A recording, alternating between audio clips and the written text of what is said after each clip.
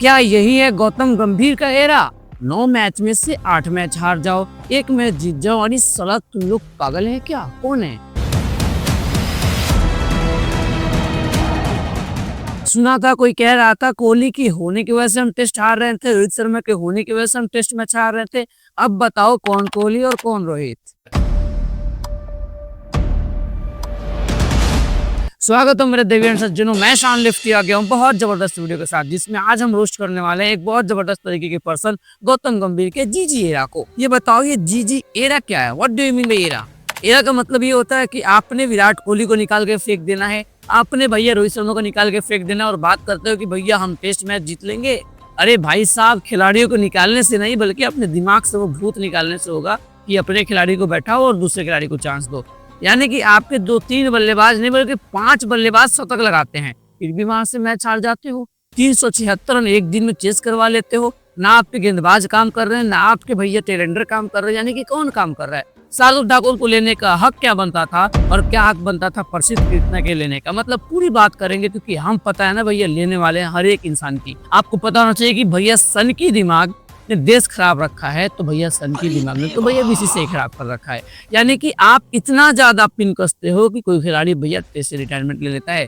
अब बात करना चाहते हैं कि भैया क्या यही हाल वनडे में होने वाला है या फिर क्या कुछ होने वाला है? क्योंकि भैया आप इतना रन बना लेते हो, 460 465 बना लेते हो और वहां चेस फिर बनाते हो आप 400 के आसपास, फिर वहां चेस। यानी कि एक दिन में वो बंदा आपको चेस करके चला जाता है कि ये बेसबॉल खिलाने आए हो या फिर जैसबॉल को थकाने आए हो। जितने भी दोस्त मेरे साथ जुड़े हैं वो अपनी कमेंट बॉक्स में राय देना कि भैया मैंने सही बात कहा है कि नहीं। ये गौतम गंभीर का एरा या फिर ये क्रिकेट के एरा को ग्राफ डाउन करने वाला है कि नहीं? आपको पता होना चाहिए कि भैया आपका जो टेस्ट मैच होने वाला था वो वही ग्राफ जाने वाला था कि WTC फाइनल तक कि आप जाओ। लेकिन इस उम्मीद से तो भैया बिल्कुल छोड़ दो WTC फाइनल। आपके बल्लेबाज जबरदस्त कर लेते हैं एकदम से सीरीज ऑन दी पिच पे।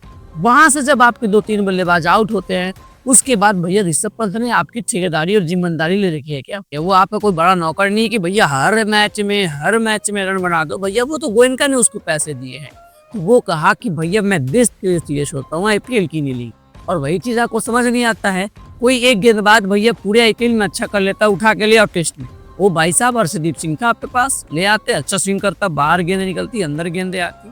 आपने लिया है प्रसिद्ध कृष्णा को, वो गजब के रगड़ के तोड़ा है उस बंदे को। मैं मानता हूं कि वो लास्ट सेकेंड इनिंग में भैया अपने सेकेंड स्पेल के साथ वो काफी अच्छी गेंदबाजी करा, काफी अच्छा ओवर निकला। लेकिन भैया पूरे मैच में अगर कोई गेंदबाज ने सेंचुरी लगाया है तो वो है आपके प्रसिद्ध कृष्णा। पूरी बात मेरी सुनना, मैं क्यों कह रहा हूँ ये चीजें कि आपको भैया सिर्फ IPL के बेसिस पे अगर चूज करना था तो आप प्रसिद्ध कृष्णा को चुन लिए। अब बात आती है कि भैया करोगे तो करोगे किसको सिलेक्शन?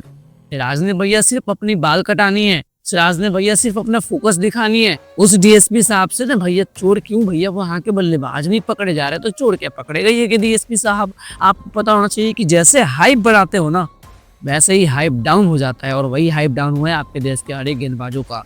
यानी बल्लेबाजों ने कोई कसर नहीं छोड़ी। लेकिन टेलेंडर की बात कर लेना चाहता हूँ। सामने से इंग्लैंड का भैया एक स्मिथ नाम का बंदा है, वो इतना जबरदस्त परफॉर्मेंस करता है, एकदम जबरदस्त वाली। यानी कि आता है, कवर ड्राइव लगाता है, बैकफुट भैया वो बॉलिंग ऑलराउंडर, इनफैक्ट ऑलराउंडर नहीं बॉलिंग ऑलराउंडर। मतलब ये होता है ना कि एक बैटिंग उसका मेन नहीं है। और आपके जडेजा के बाद जो भी बल्लेबाज खेलने आते हैं पता ही नहीं चलता है। शार्दुल ठाकुर बल्लेबाजी के लिए गया था, कौन सा बल्लेबाज में ऐसी बल्लेबाजी होती है? सपाट पिच पे रन ले लग रहा है, क्या वो साउथ अफ्रीका और ऑस्ट्रेलिया में जाके क्या रन बनाएगा? यानी कि जहां पर आपके बल्लेबाजों ने काफी सौंधी बल्लेबाजी की, लेकिन गेंदबाजों ने भैया ओहो, ये महान हमारे यशस्वी जायसवाल साहब क्या कैच छोड़ा है बंदे ने। कैच छोड़ा, मैच छोड़ा और जाके पता है भांगड़ा डांस नाचता है। ओए हो कोई बात नहीं, अगले मैच में देख लेंगे। ठीक है भैया, ये जब से जायसवाल साहब ने ये बात कही है ना कि भैया your ball is coming too slow start हो, तब ने इस बंदे ने अपनी परफॉर्मेंस डाउन कर ली है। शतक बनाता है, ये परफॉर्मेंस डाउन है। सुनिएगा, लोगों की बात सुनिएगा जरा।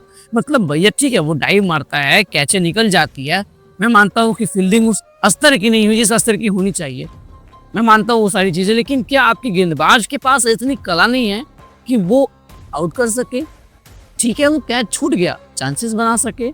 आपके पास ना गेंदे वैसे लहर रही है भैया, वो जो गेंदे बल्लेबाज गलती कर रहा है। आपने कभी ऐसा किया कि आप बल्लेबाजों को भैया एकदम से बैकफुट पर ढकेल दिया हो? ऐसे तो गेंदे नहीं गिरा सिवाय बुमराह के। बुमराह ने कही आपकी जिम्मेदारी ले रखी है या फिर ठेकेदारी ले रखी है?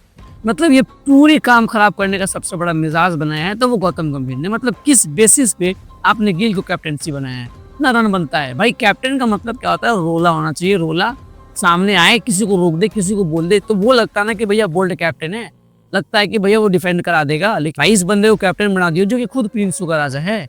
मतलब उसकी आवाज आए है मीठी सूनी स्टेम के पास आवाज आती है। लेकिन भैया जिस बंदे को आपको कैप्टन बनाना चाहिए था, केएल राहुल सामने था, जसप्रीत बुमराह सामने था, पंत सामने था, यानी कि इतना गजब का लीडर सामने है, लेकिन आप कैप्टन बनाते हो शुभमन गिल को। तो भैया ये सबसे बड़ी गलती है। क्या फिर क्या कुछ होने वाला है आप पूरे टेस्ट में देखोगे। मैंने तो भैया अच्छे से पकड़ लिया है कि ये जो गौतम गंभीर का जो माइंडसेट चल रहा है ना, पप्पाराजी वाला माइंडसेट, वो कहते हैं ना कि आप अपने गेंदबाज को खिलाओ, आप अपने बल्लेबाज को खिलाओ, अपने हिसाब से टीम बनाओ, लेकिन जीत में दिलाओ।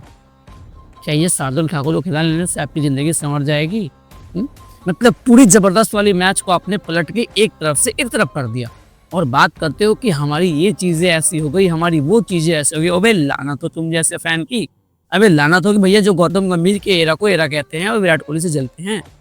देखो भैया पीठ पीछे बुराई नहीं करता, पूरी बात सामने से कहूँगा, गौतम गंभीर ने भैया टीम को बिगाड़ा है, कुछ ज्यादा ही हाइप क्रिएट कर दिया ना, बड़े बड़े बंदों को निकाल दिया ताकि भैया उसकी ना चल पाए। अब बताओ विराट कोहली के सामने गौतम गंभीर कितना चलता।